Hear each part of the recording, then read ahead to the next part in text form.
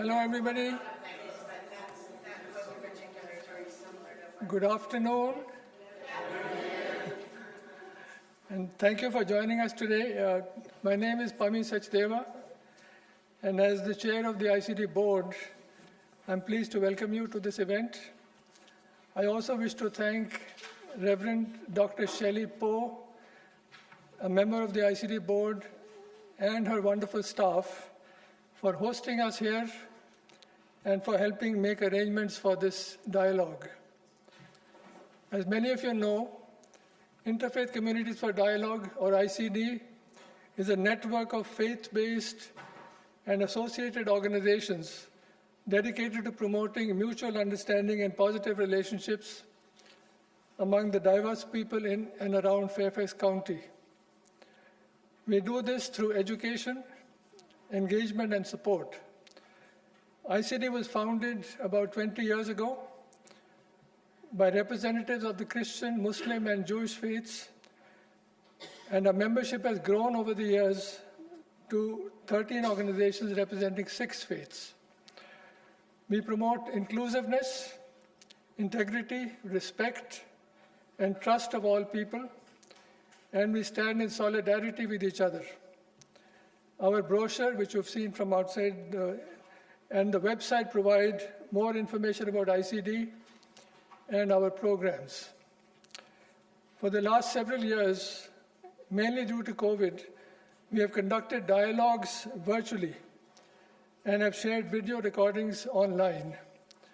Today's in-person dialogue will hopefully provide richer opportunities to interact on a deeper level. To get us started, I will invite Judith Shamir, the ICD board member and chair of our education committee, to give you a quick overview of the program and to introduce today's speaker. Thanks for coming again, and Judith, it's yours.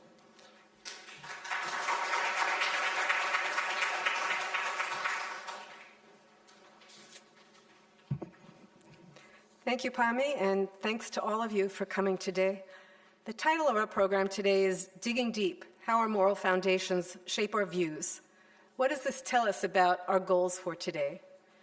Well, we seek to explore the core values that shape our own and others' perspectives on potentially contentious issues, both values that are shared and those that may differ, and leading to a broader and deeper understanding of ourselves and others. We seek to engage with one another on these deeply held views in a spirit of openness, respect, and trust. And we seek to develop tools and confidence needed to intentionally enter into difficult conversations in a way that is civil and productive. It's also important to note what the goal is not. As you checked in today, you were asked to select one of several topics on which people tend to have passionate and often divergent views. While sharing and examining the sources of that passion, we will not try to persuade others of the correctness of our own, about our views about the causes of the issue that are being discussed or its remedies. We want to listen, share, and contemplate. To help us enter this frame of mind, we're very fortunate today to have as our speaker someone who has thought deeply and written about ethical and cultural dynamics driving much of the polarization we're experiencing in our current environment. David Tassel is an educator and future social worker who lives in Northern Virginia. He is passionate about exploring the connections between religion, culture, and society. He teaches courses such as Religion and Literature, focusing on the American context, in the Religious Studies Department at George Mason University. In addition, he teaches and supports students who have been historically underrepresented in higher education as a part-time faculty member in the College of Liberal Arts and Sciences at Excelsior University. He holds a Master of Theological Studies degree with a concentration in political theology from Calvin Theological Seminary, and he's currently pursuing a Master of Social Work degree at Virginia Commonwealth University. There he's learning clinical social work skills, examining the intersection of social work with religion and culture, and he's also provided consultation services for congressional candidates who want to engage with faith communities for the common good and for nonprofit organizations that want to improve their effectiveness. I'm very excited to hear from him, so please join me in welcoming David Tassel.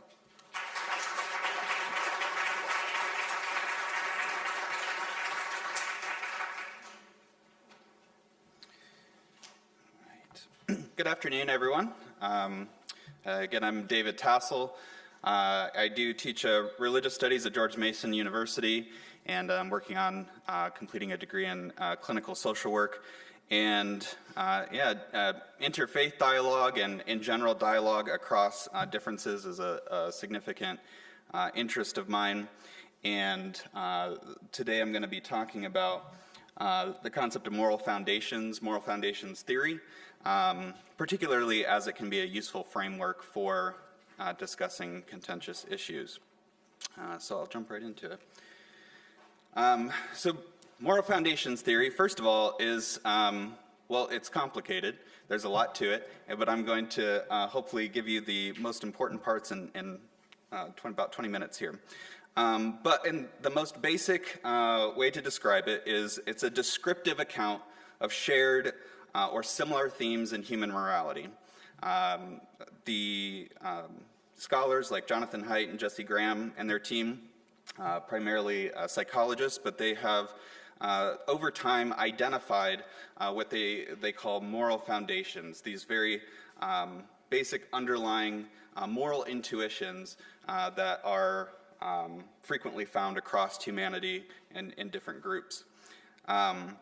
It goes, when we talk about religion and other institutions in our culture, moral foundations goes below that. It's the next level. It's the idea is that they're sort of the cylinders that our virtues and narratives and institutions are firing on. Pillars, would be another metaphor to think about it. So that's sort of that's the abstract. That's what moral foundations theory is. But what I'm going to do is talk briefly about each of the moral foundations that these scholars have identified, but for the purpose of using it as a framework, again, for talking about contentious issues. So the first foundation that scholars will talk about is the idea of care, this moral intuition of care. And I love the word empathy when it comes to thinking about this, because humans have certainly the ability to, we dislike the pain of others, but we can feel the pain of others. And so being able to have empathy generates this moral intuition of care, this foundation.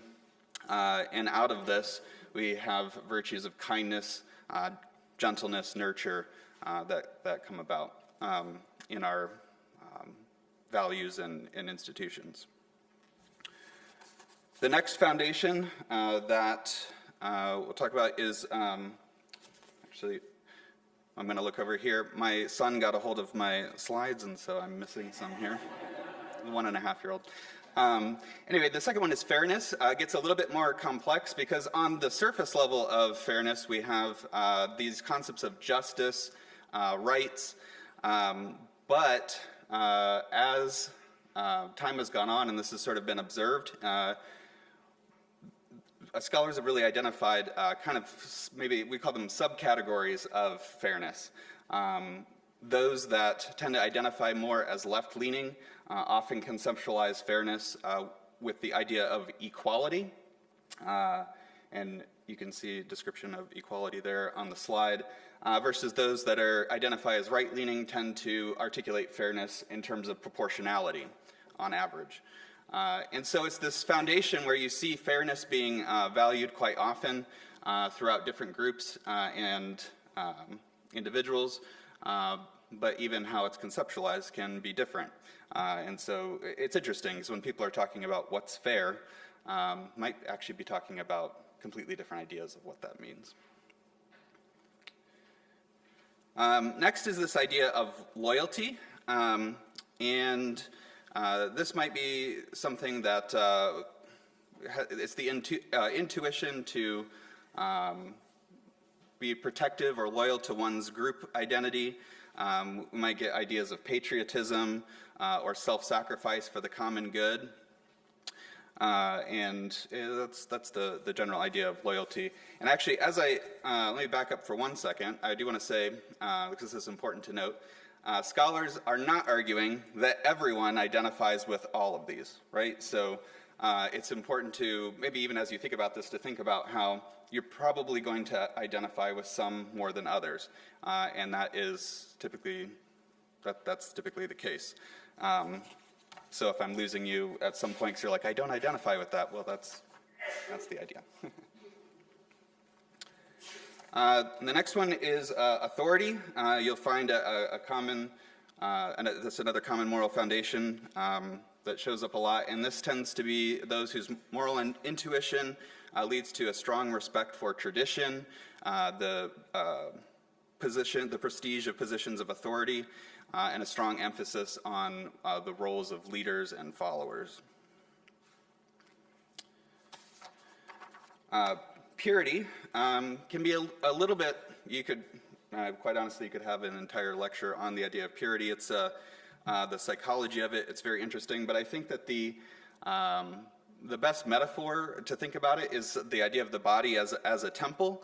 It's where you might see moral intuitions leading to the development of parameters around sexuality, dietary restrictions, things like that. Particularly in many traditional religious contexts, naturalness is a term that is used with the idea that what is perceived to be natural in the world is by divine order, and so following that is considered sort of purity. Now we have liberty, and this one I think is interesting because it is quite often in tension with authority, and so it's a good one to identify.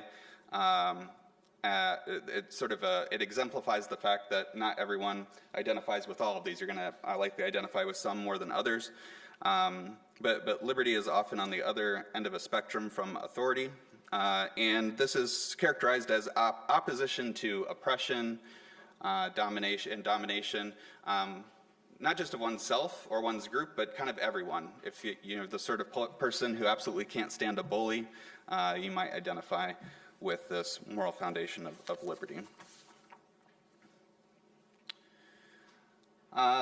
This is an evolving theory that scholars are still working on. Honor and ownership are a couple of foundations that are being discussed. I won't get into them as much now as newer in the research, but what's something I think is cool about this is as we continue to observe humanity, we continue to see similarities that that people share in different groups.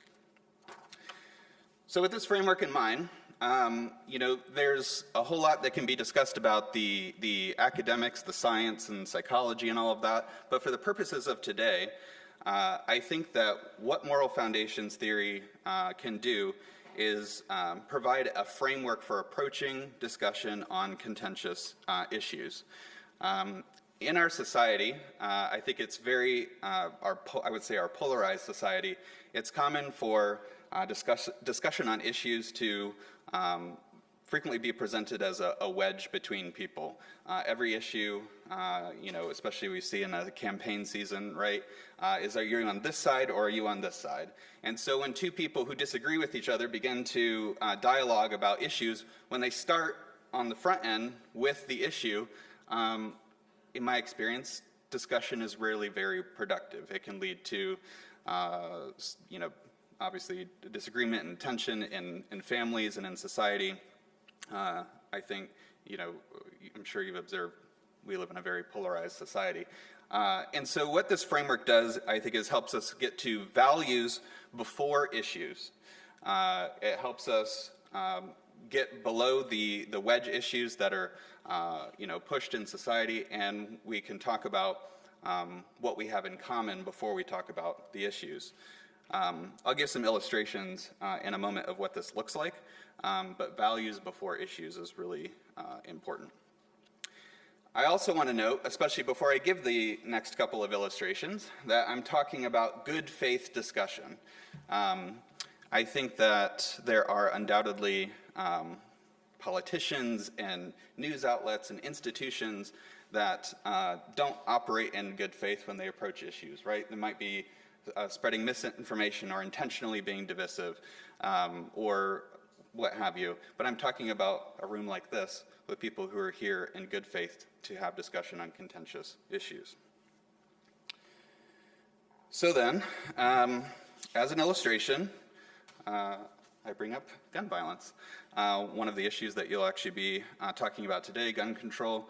Gun control is, I think, undoubtedly a wedge issue in United States politics, with this, it being sort of painted as either you want to take away all the guns or you want everyone to have all the guns, right? There's kind of a, it's often the discussions about guns are not productive. I can testify to this in my own life with people who are close to me who disagree with my position on this, and when you just start right at the issue, it's, again, not typically very productive.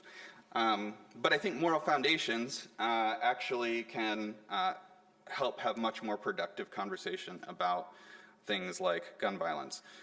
So for instance, let's say hypothetically, you have two people, one of which in response to mass shootings and gun violence believes that the answer is, the rhetoric, more good guys with guns. If we have more good guys with guns, we will be able to, solve the bad guys from, shooting people. On the other hand, in this hypothetical, you have the other person who believes that the problem is too many guns. There's too easy of access, the types of weapons, and we need more gun control in order to stop mass shootings and reduce gun violence. And I think what is helpful in these kinds of discussions is to begin with the moral foundations that are at play for these two people having a good faith discussion. Both of these people, at the end of the day, don't want there to be mass shootings. They don't want gun violence. They want to reduce violence. And so you see the moral foundation that they're operating with is both care. There's both a sense of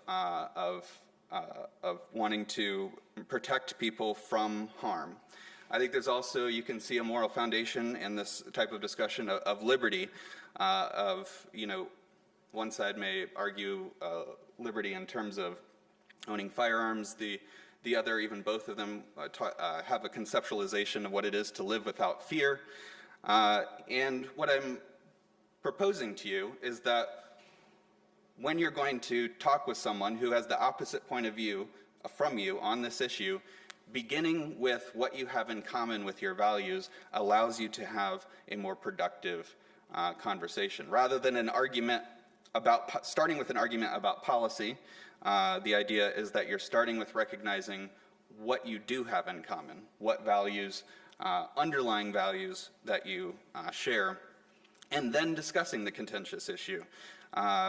Talking about the evidence with your common values in mind. Another illustration that I think it gets at a different dimension of how I think this can affect discussion on contentious issues, because immigration is undoubtedly another wedge issue in society. And I think that when I hear, again, two hypothetical people having conversation about this, I could identify moral foundations of care, with perhaps one side arguing care for people who are, migrating and fleeing violence or what have you, and needing care for immigrants, and someone who's arguing for more restriction on immigration because of their perhaps a scarcity of resource mentality, burdens on cities or something like that. I think that a conversation about this, again, can benefit greatly from identifying common values of care, but also recognizing where their values might differ. Often in-group loyalty as a moral intuition comes into play with immigration quite a bit, and if that's not identified, you're missing some of the key foundations that are giving rise to people's perspectives. So identifying, what I'm getting at is identifying not just moral foundations that you share in common, but moral foundations that you differ on, identifying where you resonate with something that another person doesn't, and vice versa. Again, gives you a platform to have better good faith discussion, because it's not an issue of just believing the other person is woefully immoral, but instead believing that you both are trying to operate from the moral position that you hold intuitively. So, coming back to these, I want to briefly highlight them again, because as you go to dialogue about your contentious issues, I want you to be thinking about what moral foundations resonate with you. What are the moral intuitions that lead to the positions you hold, and to be able to identify when you're talking to people, especially when you're talking to people you disagree with today, what are the moral foundations that that this person has that are the same as me and that might be different as me.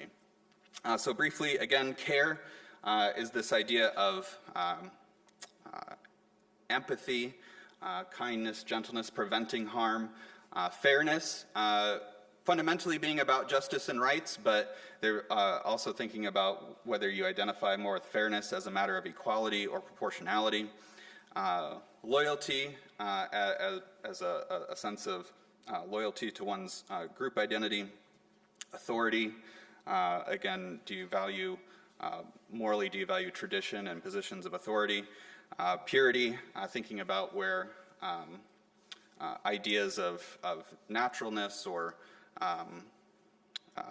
even sexuality and dietary restrictions, do those play a role in your moral intuitions? And liberty, the idea of oppression and domination, do you resonate with that dislike of a bully? So I encourage you to think about what you resonate with and be looking for what the other people do, that other people resonate with, that you're conversing with today. And I hope the framework can be helpful to you as we seek to understand each other. I thank you for having me today to talk to you. And I look forward to joining one of the groups and talking with you more at the end.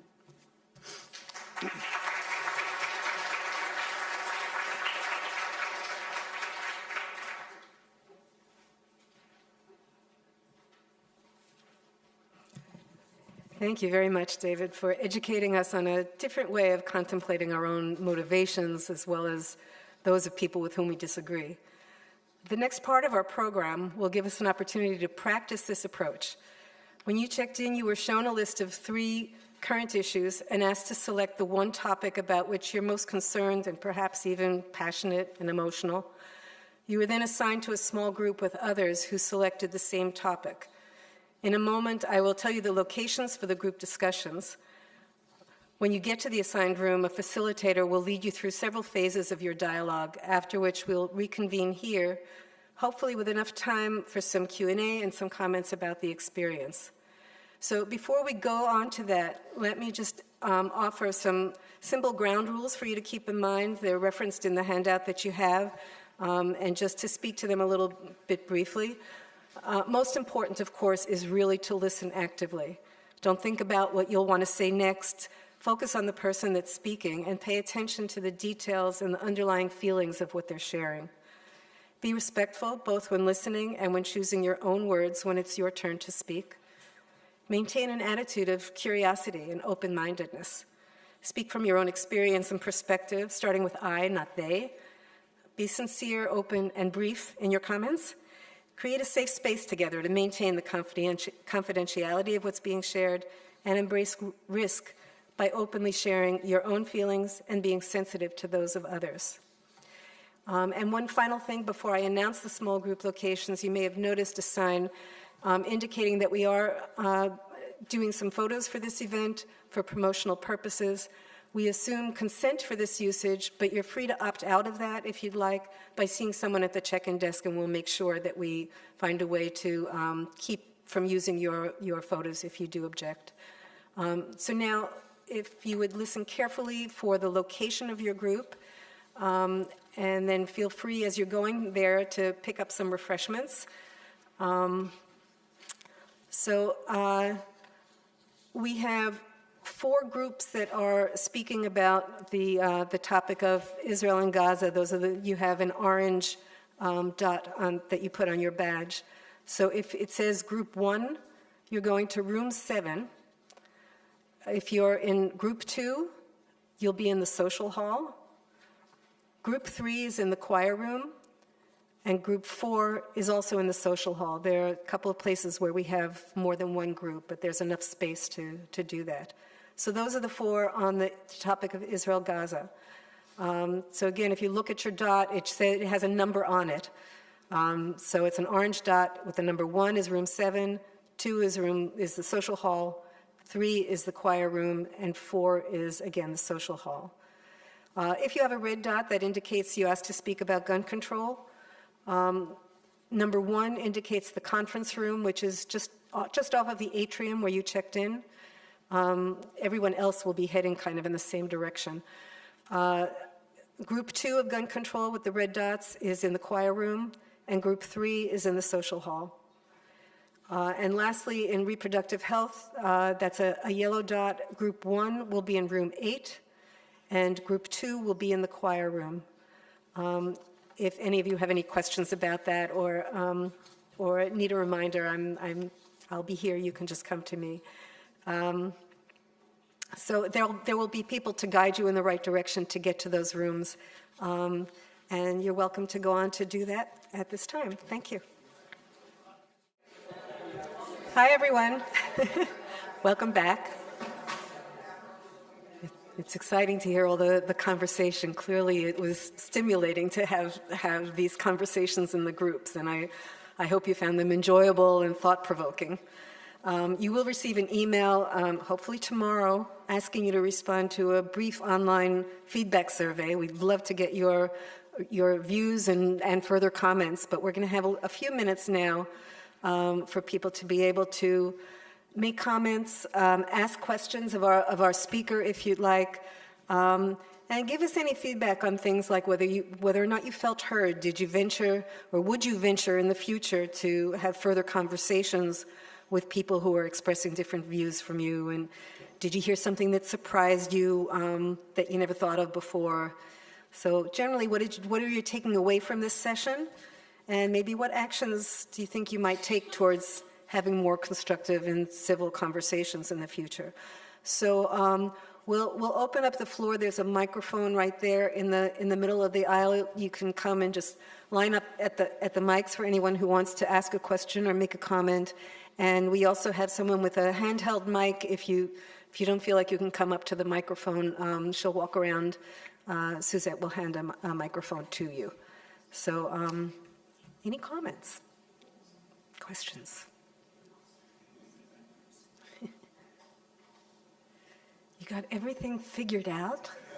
I'll just get us started and give other people more time to think of their question. So when we began, you set out some ground rules, which were really helpful. In my own life, I have been involved in conversations where those ground rules have not been stated at the outset, and we have differing goals in having a conversation. So often the goal is to convince the other person convince me of their position, which is not allowed in these very lovely conversations we had today. So I wonder what you might say about that in terms of how the framework we've been offered could, or how we could implement this sort of thing when the person we're talking to has a definite agenda. Yeah. Thanks. And I wonder, just building off of Shelley's comment, whether you feel like having heard those ground rules going into this, is that something that you think, if it's just a casual conversation, it's not like someone's going to set up the ground rules, but does it help you to approach a conversation in a different way? Not just those ground rules, but also all the things that you heard from David about these moral foundations. Do you envision being able to go into something that maybe in the past turned into a very difficult conversation, but approaching it in a different way. Anyone have some comments about that?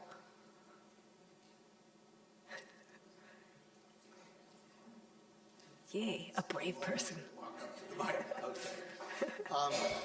I was in the one of the gun control groups, and I mean, for the most part, as probably not surprisingly, we for the most part are all of a mind. There was nobody there who was an advocate, a strong advocate for gun rights, and the conversation would have been tremendously different and more challenging. We differ. I mean, it was wonderful getting to know these people and sharing stories and sharing values and so on. But I guess the thing that I wonder is when you truly are I mean, even if you had ground rules, if the people that you are meeting with hold very different values. You know, your main point was that you'll find that you share these fundamental values, but you're approaching them in a different way. I don't know that that's necessarily true. And I would think, when somebody, in the gun issue, many people, their idea of liberty is to be able to do whatever they want to do.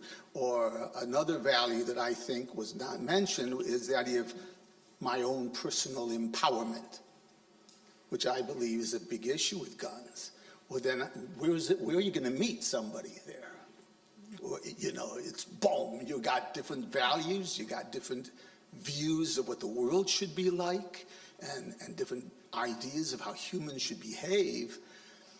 And while this was a very beautiful experience, and I loved talking to these people, and I feel closer to them, I don't know that it would work with somebody who had a radically different view, even if we try to find common values, so that's what struck me.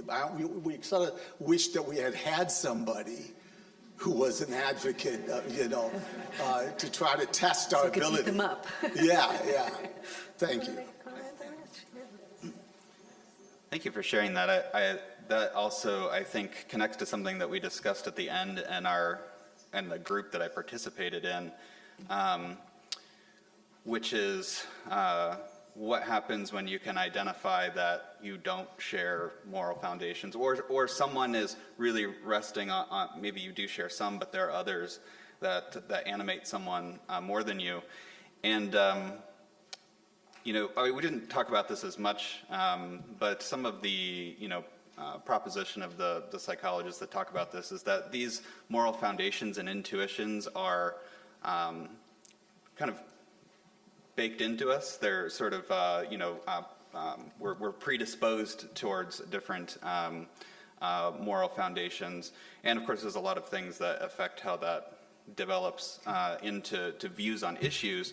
But I think if we can recognize that when we're talking about not just a view on an issue, but we can recognize someone's moral foundation that we don't share, if we can have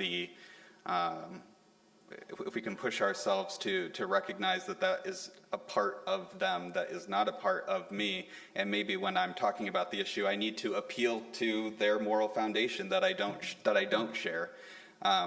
And maybe I should have talked about that a little bit more in the presentation, because it's nice to think we can always find shared foundations, but when there are differences, when we want to have effective dialogue, sometimes I think we need to identify what is fundamentally different in the other person so that we can appeal to that. That's easier said than done. But.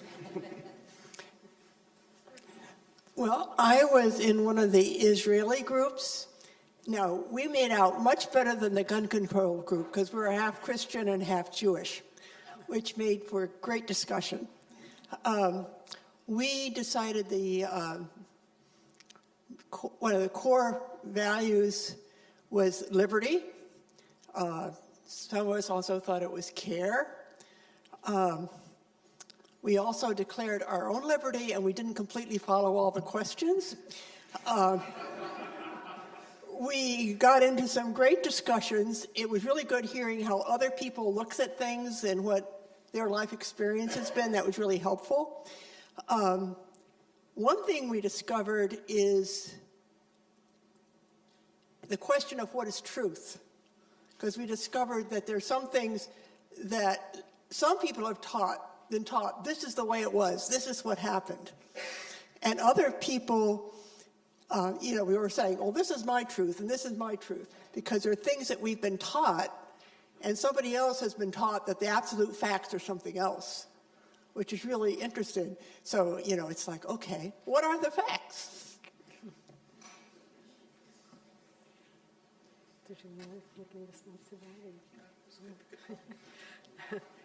Yes.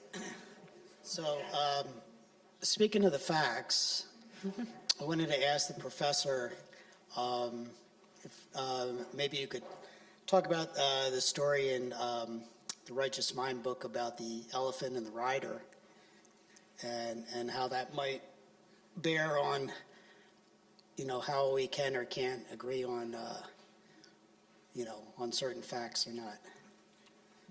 Well, it's been a considerable amount of time since I read the book, so I'm not sure I can do that justice. Do you remember it better? Would you want to? Well, so the way Jonathan Haidt explains, if I remember, so there's an elephant and the rider. And the elephant is our emotion. And the rider is how we think about things rationally. So we usually think that our rational mind is how we make decisions. But according to this and moral foundations, if the elephant wants to take a right turn, you take a right turn. And the rider says, oh, this is why I wanted to turn right. So we always rationalize kind of what drives us emotionally. Yeah, I think that's well said, a good summary. And I think it speaks back to that point that maybe, could stand to have some more emphasis, and that's, we talk about moral foundations and these sort of intuitions baked into us. Having a little bit of humility, I think, goes a long way. That humility in recognizing that what feels obvious and intuitive to me about morality, and I want to think that's all my rational mind, but it's, might just be the rider on the elephant. Thanks for sharing that.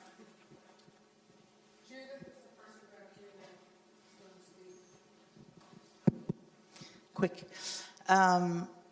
This all just reminded me, about 20 plus years ago, when I was doing work on my dissertation, it was on the right of return, on Israeli and Palestinian discourses on the right of return. I'm Israeli. You can't guess what opinions I have, but I have opinions about that issue. It's an issue that's very central, and luckily my chair is an anthropologist. He was my chair, but he is still an anthropologist. And his advice to me then was, you're studying people's discourse and attitudes, and anything anybody says is data for what you need. So in other words, I don't have to go out, this relates to, I'm not out to convince or be convinced or make judgment in that particular setting, even when I was doing this work for a few years, but rather the mindset was, I can zoom out a little bit, for at least for the time being, and assume that I'll learn something from anybody who says anything. It'll feed into what I learn. And in my case, I wrote something about it, but even if it's in the context that we're talking about, and we talked about it a little bit in our group, that again, not only what the speaker just said, what David just said about learning how to appeal or thinking how to appeal to someone else's moral foundations, but just also learning something new about where other people come from on an issue that we might not have ever thought about, or we may have thought about and, I don't know, enriches us in any way. It doesn't mean we don't engage. It just means, again, we're not out there just, of course, when we have to reach decisions, it becomes a little trickier because we actually have to agree, or we have to reach decisions, but not always do we have to convince and reach decisions. Not every conversation that we have with anybody, not any real dialogue. Dialogue, by definition, is not in order to convince. It's in order to hear, to listen, to learn, and to introspect. So if that's what that makes it maybe a little bit, it removes us a little bit it removes the edge a little bit, so it's easier to think about it, even if we care about it, and we, I don't know if that makes sense, but. We have a question here. I speak really loud. I don't think I need a microphone. I like the way we did this exercise. In our group, we had, our first thing was a 3-minute story each of us had to say, and then the other person had to repeat what that person said. And what it made me think about in life in general is that so many of us speak or listen to know what you're going to say next rather than to listen to hear. And it was really enlightening and empowering to hear actually what the other person said without thinking about, oh, what am I going to say next kind of thing. And that's a good lesson all of us can use. Thank you. So going back to the book from Jonathan Haidt, one of the things I think I learned today was even though we come with our own moral underpinnings towards the Israeli-Gaza conflict, but I think what's also important to understand is a term that he uses, it's called cognitive dissonance. So one of the things that happens in the session we had was you bring with a certain set of moral values and suppositions, but as you hear other people lay out facts, then that is very thought-provoking, it's very uncomfortable, and it's uncomfortable also in the sense where when you say something and you listen to the other person reflect on what you said coming from that perspective. I think it's that sense of uneasiness that challenges us and that cognitive dissonance that allows us to have that sense of empathy and understanding, and instead of projecting, you're sort of transposing and saying, wait a minute, I looked at this conflict from this moral perspective, but now given these facts, it's really creating a conflict within me. And I think that is something that was very enriching in the dialogue today.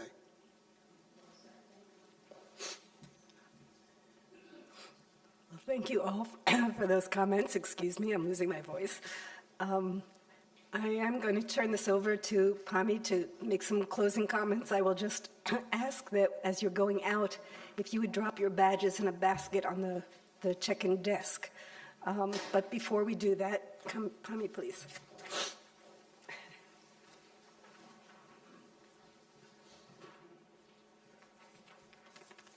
Well, my job is very easy. I want to thank you for coming to this program. We hope that you found it worthwhile. We are planning additional dialogues, and we hope that you'll look to the website and look to the emails that we might send about those dialogues, and I hope you'll join us for those. I want to thank the people who helped to make this event possible at all, starting with those who helped to plan and organize and then conduct it. Special thanks to David Tassel, Jyotish Samir, Adina Friedman, the small group facilitators, and I won't be able to name all of them, members of the ICD board and the education committee, Reverend Shelley Poe and her team, they're sitting at the back, Craig and the other person, I think, Kathleen? Right, okay. The Fairfax County Police and other volunteers who helped us at various stages. So thank you very much. We couldn't have done it without you. We would like to see you again in the next series of dialogues we'll have, so please keep tuned, and thank you for coming and have a good evening.